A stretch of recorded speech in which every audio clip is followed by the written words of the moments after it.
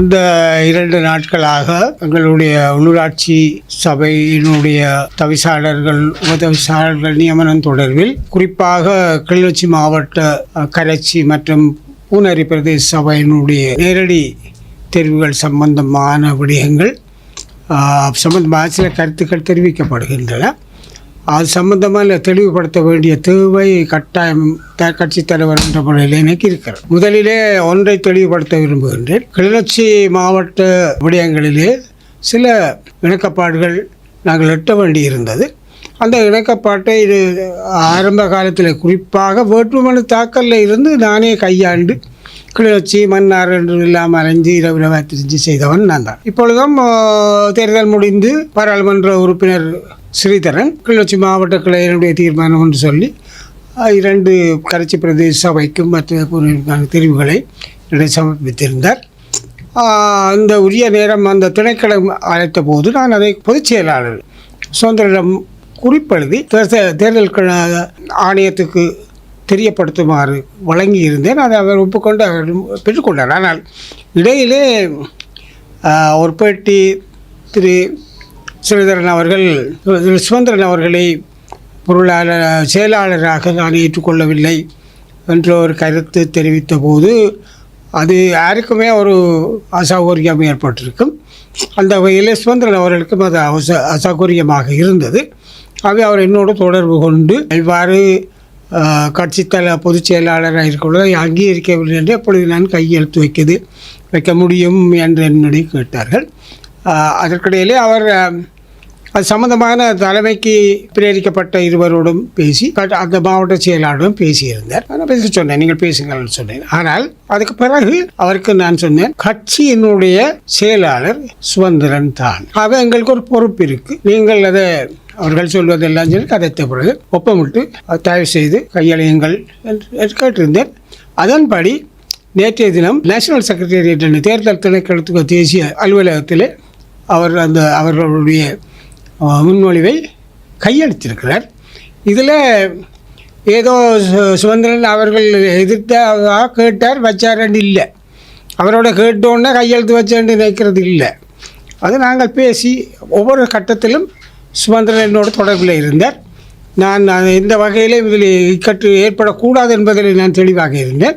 அவரும் அதை ஒத்துழைத்தார், கையெழுத்து வச்சுருக்கேன். இதில் என்ன தெளிவண்டா 2 விஷயம் சொல்லணும். இந்த நானும் தலைவரும் பொதுச் செயலாளரும் அங்கீகரிக்கவில்லை, தாங்கள் அங்கீகரிக்கல என்று ஸ்ரீதரன் சொல்கிறது அவரை பொறுத்தவரையில் நியாயம். ஆனால் அந்த தெரிவு நடைபெறுகிற பொழுது இந்த இது யாப்பு அதுக்காக கொண்டு வந்தால் இது தேர்தல் கணக்கிலே இருக்குது, நீங்கள் பார்க்கலாம், வெப்சைட்லேயும் பார்க்கலாம். முதலாவது ஒரு செயலாளர் மட்டுமல்ல, எந்த வெற்றிடமானாலும் அதை தலைவரிடம் சொல்கிறேன். 13(3) வெற்றிடமாகும் பதவிகள் மத்திய செயற்குழுவினால் நிரப்பப்படும். பொதுச் செயலாளர் பதவி சத்தியலிங்கத்தில் ராஜினாமாவோடு வெற்றிடமானது. அவை பொதுச்சபை அந்த பேச்சு அங்களிடம் இல்லை, மத்திய செயற்குழு நியமிக்கும். அவ்வாறு தான் செய்யப்படும். இது பொதுச்சபையில் அங்கீகரிக்கப்பட வேண்டும் என்றோ அல்லது பொதுச்சபை தான் நியமிக்கப்பட வேண்டும் என்றோ ஜாப்பில் எந்த இடத்துலையும் இல்லை. அப்போ அவர் தான் பொதுச் செயலாளர். அது மட்டுமல்ல, தலைவரை பொறுத்தவரையிலையும் விதி 9(3) ஏன்னா தலைவர் பதவி வெற்றிடமானால் உபதலைவர் ஒருவரை எஞ்சிய காலத்துக்கு தலைவராக பணியாற்றுமாறு மத்திய செயற்குழு நியமிக்கும். இது மத்திய செயற்குழுவுடைய அதிகாரம். இதே பொதுச்சபையாக வர வேண்டும் இந்த ஜாப்பில் எந்த இடத்துலையும் கிடையாது. ஆனால் இதில் பொதுச் செயலாளர் 10 நாங்கள் 2 பேரும் போடுறதுக்கு இப்போ காரணங்கள் இருக்கு. ஆனால் இந்த விடயங்கள் அனுப்பி தீர்மானம் சட்டபூர்வமானது, விதிபூர்வமானது. இது தேர்தல் ஆணையத்துக்கு அனுப்பப்பட்டு தேர்தல் ஆணையம் அதனுடைய கடிதம் 11(3)2025 தேதிய கடிதத்தின்படி இலங்கை தமிழரசு கட்சியின் புதிய செயலாளர் மற்றும் பதில் கடமை தலைவரை நியமித்தல். பதில் கடமை என்று யாப்பில் இல்லாவிட்டால் நான் தெளிவாக பதில் கடமை என்று அனுப்பினான். அப்படியே இருக்கட்டும். மேற்படி விடயம் தொடர்பில் தாங்கள் தேர்தல் ஆணைக்குழு சமர்ப்பித்த 31/12 மற்றும் 16/2/24 தேதிய கடிதங்கள் தொடர்பானது. அந்த கடிதத்திற்கு அமைய தங்களது கட்சியின் செயலாளர் பதவிக்கு திரு MA சுதந்திரன் அவர்களை நியமித்தல் மற்றும் கட்சியில் பதில் கடமை புரியும் தலைவராக CVK சிவஞானம் அவர்கள் நியமிப்பை தேர்தல் ஆணைக்குழு ஏற்றுக்கொண்டுள்ளது என்பதை அறிய தருகிறேன். அவ்வாறே புதிய பதவியில் கொண்ட உத்தியோகத்தர் குழுவை துரிதமாக அது ஆணைக்குழு ஆட்சிப்படுத்த. இது தேர்தல் குழுவால் கொள்ளப்பட்டது, யாரும் கேள்விக்குட்படுத்த முடியாது. அப்போ பொதுச் செயலாளர் என்றதை கேள்விப்படுத்தி நாங்கள் அந்த செயலாளர் தெரிவின் போது ஸ்ரீதரன் அவர்கள் தான் இதில் உடன்படையில் என்று சொன்னது உண்மை. அது சரி, அவர் அந்த மத்திய குழுவில் சொன்னவர் சொல்லலாம். அவர் ஒரு 10 பேர் ஒரு சபையில் இருக்கிறார் என்றால் ஜனநாயகப்படி 6 பேர் 7 பேர் ஆதரிக்கிற பொழுது 2 பேர் எதிர்க்கலாம். அதுக்காக நான் 2 பேர் எதிர்க்கிறேன் இல்லை 3 பேர் எதிர்க்கிறோன்றதுக்காக அந்த தெரிவு பிழை ஏற்றுக்கொள்ள முடியாதுன்னு சொல்ல முடியாது. அது அந்த தெரிவு அந்த நியமனம் சட்டபூர்வமானது என்பதை கேள்விக்குட்படுத்தப்பட முடியாது என்பதையும் நான் சொல்லி வைக்க விரும்புகிறேன். இந்த மக்கள் ஒரு மயக்கம் இருக்க பார்க்கறது. பல பேர் என்ன கேட்டார்கள், இல்லை எல்லாமே ஜாப்பின்படியும் ஏற்பாடு விதிகளின்படியும் ஆணைக்குழுவின் அங்கீகாரத்தின் படியும் தான் இந்த நியமனங்கள் நடைபெறுகிறது. ஆனால் கரைச்சி ரெண்டும் நான் சுதந்திரம் ஒவ்வொரு நடவடிக்கையும் எனக்கு சொல்லிக் கொண்டு தான் கடைசியாக நேஷனல் செக்ரட்டரி போகிற பொழுதும் எனக்கு சொன்னால் நான் நேஷனல் செக்ரட்டரி போய் கொடுக்குறேன், அவர் இன்றைக்கு வெளியில் போகிறபடியா கொடுத்த பிறகு எனக்கு சொன்னால் நான் ஏற்கனவே கையாளுறேன். அப்போ நாங்கள் கூட்டாக கட்சி தலைவர் இணக்கப்பட்டோடு தான் செயல்படுறோம். அவர் சும்மா கேட்டு போட்டு காய்ச்சி போட்டு கையெழுத்து வச்சான்னு இல்லை. அது அப்படி நீங்கள் வச்சு அனுப்புகிறதான் பொருத்தமானதுன்னு சொன்னது நான் ஏற்கனவே பல விஷயங்கள் அவ்வாறு தான் கையாண்டிருக்கிறேன். அந்த விஷயத்தை மக்களுக்கும் ஊடகங்களும் சிலதுகள் இப்படி லைட்டை இப்படி மறைச்சா சிவஞானத்தை மறைக்கலாம்னு நினைக்கிறதும் இருக்குது. அதை பற்றி எனக்கு கவலை கிடையாது. நான் தான் இருக்க மாட்டேன். எத்தனை நாள் இருந்தாலும் நான் தான் இருப்பேன். நான் ஏற்கனவே சொன்னான் தானே, நான் முதல்வன் படத்தின் அர்ஜுனன். ஆனால் இப்போ அர்ஜுனும் இன்னும் தெரியல. அது வேறு. ரெண்டாவது முக்கியமான ஒரு விஷயம், அதுக்காக தான் நான் இங்கே வந்தேன். அதாவது இப்போ உங்களுக்கு தெரியும், ஏற்கனவே தமிழரசு கட்சி ஏனைய கட்சிகளோடு குறிப்பாக DTNAயோடு நாங்கள் பேசியிருக்கிறோம். அவர்கள் சில கோரிக்கையை வைக்கிறார்கள். அது அவர்கள் உரிமை. பேச்சுவார்த்தையில் எல்லா கோரிக்கைகள் வைக்கிறது அது எல்லா பிழையும் கிடையாது. நாங்களும் போனால் சில கோரிக்கைகளை வைக்கிறது ஒரு இயல்பானது. அப்போ அதில் அவர்கள் குறிப்பாக யாழ்ப்பாணம் மாவட்டத்தை பொறுத்தவரையில் தங்களுக்கும் சில சபைகளை நிர்வாகம் தந்தால் பொருத்தமாக இருக்கும் என்று கேட்டார்கள். குறிப்பாக அந்த 3 சபைகள் மானிப்பாய், வலிகிழக்கு மற்றும் சபகச்சேரி. நான் உடனடியாகவே எங்களுக்குள்ளேயே அந்த வலிகிழக்கு பிரதேச சபை சம்பந்தமான சில கலந்துரையாடல்கள் எல்லாம் உண்டு. ஆகவே அதை 11 உறுப்பினர்கள் எங்களுக்கு இருக்கிறார்கள்.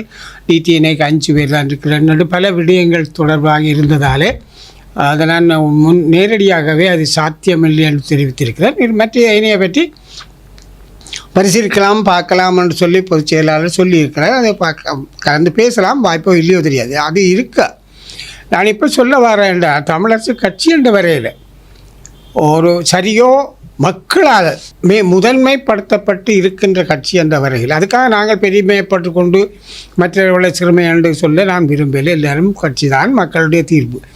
இப்போ நான் வேண்டுகோள் விடுக்கிறேன், அதுக்காக தான் வந்திருக்கேன். ஒரு பொதுவான ஒரு விண்ணப்பத்தை தமிழ் கட்சிகளுக்கு குறிப்பாக நாங்கள் தெளிவாகவே ஆரம்ப முதலே சொல்கிறோம், தேசிய மக்கள் சக்திக்கு எந்த வகையிலும் எந்த விதத்திலும் இந்த வடக்கு கிழக்கில் உள்ள தமிழ் பிரதேச நிர்வாகம் உள்ளூராட்சி நிர்வாகம் சென்றுவிடக்கூடாது என்பதிலே நாங்கள் தெளிவாக இருக்கிறோம். தமிழ் கட்சிகளும் அநேகமாக தெளிவாகத்தான் இருக்கிறீர்கள். அவை இப்பொழுது இந்த இலக்கை இந்த எண்ணப்பாட்டை நிறைவேற்றுவதற்கு நிபந்தனைகள் இல்லாமல் இந்த தெரிவுகளை நடாத்தி முடிப்பதற்கும் எங்களுக்கு ஆதரவு தர வேண்டும் என்றும் தொடர்ந்து நாங்கள் பேசி ஒரு பொது நிலைப்பாட்டுக்கு வரக்கூடிய ஒழுங்குகளை தமிழரசு கட்சி நாங்கள் முன்னின்று செய்வோம், உங்களோடு சேர்ந்து செய்வோம். ஏனென்றால் ஏற்கனவே நான் பதித்தலைவராக தெரிவு செய்யப்படும் முதல் நான் செய்த பணி ஜனநாயக தேசிய கூட்டணி தலைவர்களை சந்தித்து ஒரு ஒற்றுமைக்கான முயற்சி எடுத்தது தான். அது சறுக்கி போனதற்கு பல காரணங்கள் இருக்கலாம், அதை நாங்கள் விவாதிக்க விரும்பவில்லை. அவை எல்லாரும் நான் எந்த கட்சி என்று பேர் சொல்லல. தமிழ் தேசியத்தை நேசிக்கிற கட்சிகள், அல்ல தமிழை நேசிக்கிற கட்சிகள், இனத்தை நேசிக்கிற கட்சிகள், இனம் தனித்து நிற்க வேண்டும் என்று நினைக்கிற கட்சிகள் இங்கே எல்லாரும் இருக்கிறார்கள் தேசிய கட்சியை விட. ஆகவே எங்களுடைய பணிவான வேண்டுகோள், தயவு செய்து வேறுபாடுகள் எல்லாம் இருக்கலாம், அல்லது சில இடங்களிலே சில கோரிக்கைகள் இருக்கலாம், அதுகளை கடந்து தமிழரசு கட்சிக்கு முரண்பாடு இல்லாமல் இந்த தேர்தலிலே எங்களுடைய தலைவர் தெரிவு செய்வதற்கான, அவர் தெரிவு செய்யப்பட்டவர் தனியாக தமிழரசு கட்சி சார்ந்தவராக இருக்க மாட்டார். எல்லோருடைய ஒரு தமிழ் தலைமைத்துவத்துக்குள்ள ஒரு தவிசாளராகவோ உபதவிசாளராகவோ இருப்பார். அவ்வாறான ஏற்பாடு நாங்கள் செய்வதற்கு ஒத்துழைக்குமாறு பகிரங்கமாக வேண்டுகோள் விடுப்பது தான் இன்றைய என்னுடைய சந்திப்பினுடைய அடிப்படை நோக்கம். நன்றி. வீடியோ பார்க்குற எல்லாரும் லைக் பண்ணுங்க, ஷேர் பண்ணுங்க, மறக்காம சப்ஸ்கிரைப் பண்ணுங்க.